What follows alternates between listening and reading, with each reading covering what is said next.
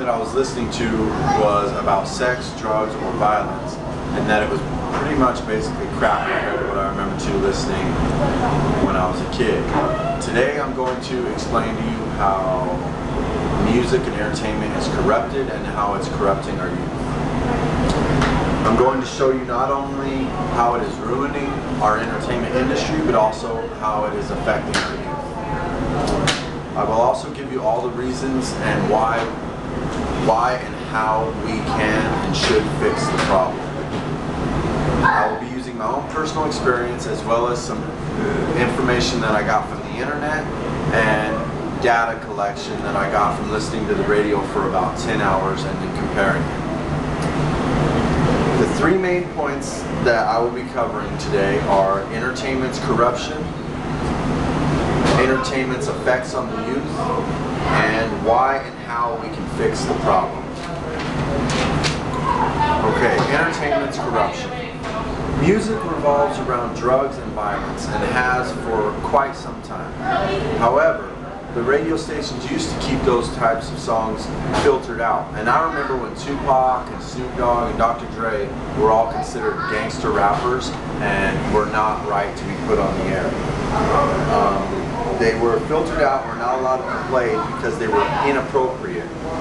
Now there are some of the more mild songs on the radio today that are pretty much worse than the roughest stuff they came out with. Movies are becoming more and more violent and vulgar every day. The movies are almost full of sex scenes and violence and drugs.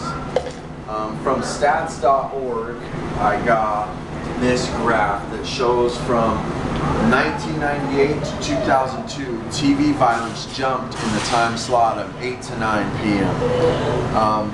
Fight, blood, guns, crashes and other explosions, threats of violence, torture, as well as some other scenes, all started out and jumped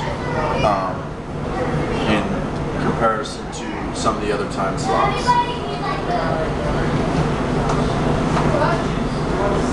From 1998 to 2002, the fight scenes and all the other scenes I mentioned jumped from numbers of 2 to 10% every year. That means that more and more vulgarity is being seen by kids. For example, a 7-year-old boy the other day was killed trying to perform a wrestling move called the clothesline that he's seen on TV. Most movies and music are using this as the main plot to the story and to the storyline so that it keeps resurfacing back to it. Therefore, the movie is filled with this type of image. Sex sells, movies and music. Out of 1,242 kids interviewed at 3 different times, 938 were identified as virgins before being exposed to certain music. All kids were from the ages of 13 to about 17. I got that information from pediatricsdigest.com. This is a growing trend that continues to get worse and worse every single year, not only in music, but in movies and TV shows as well.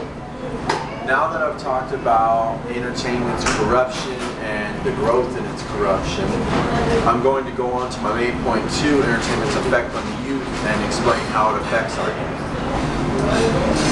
Crime rates rise more and more every year, and for that I'm going to use this graph and show you that from the years of 2001 to 2009, crime rates among youths accumulated. In 2001 it was 9% of the crime rates, and they all rose every year up to 2009. The youths were now creating 45% of the crime rates.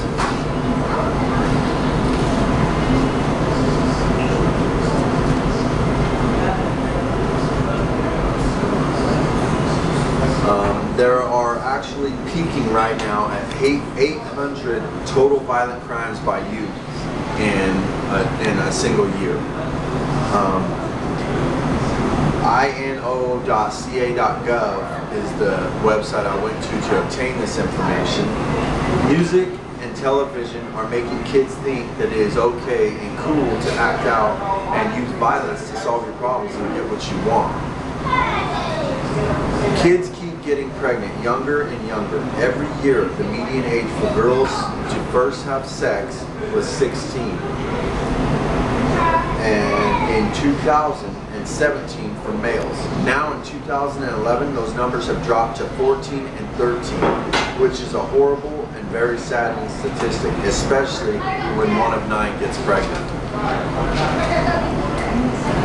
Kids are using drugs at a younger age. From the age of 7, kids start to get friends who drink or use drugs, and many kids are getting high or drunk for the first time by the age of 11. Most kids said they were drug-free prior to getting into middle school and started listening to the radio and the music that is today's favorites.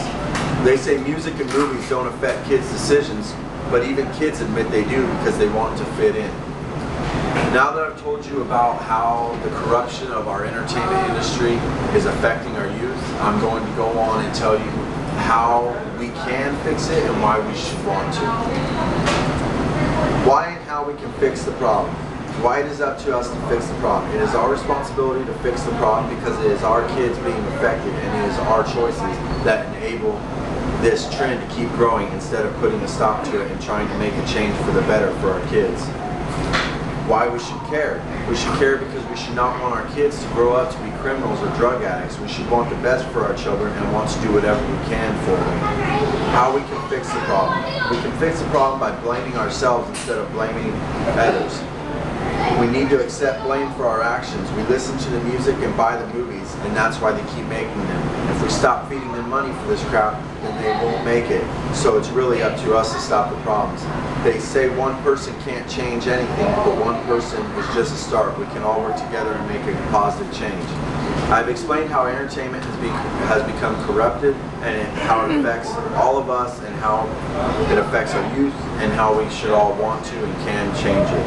I've done this by telling you exactly how it's become corrupted and what we need to do to fix it. I will no longer sit back and be part of the poisoning of our youth. Speak up, stop buying tarnished entertainment. And life is full of choices, and our society depends on the ones we make, by James Thomas Martin.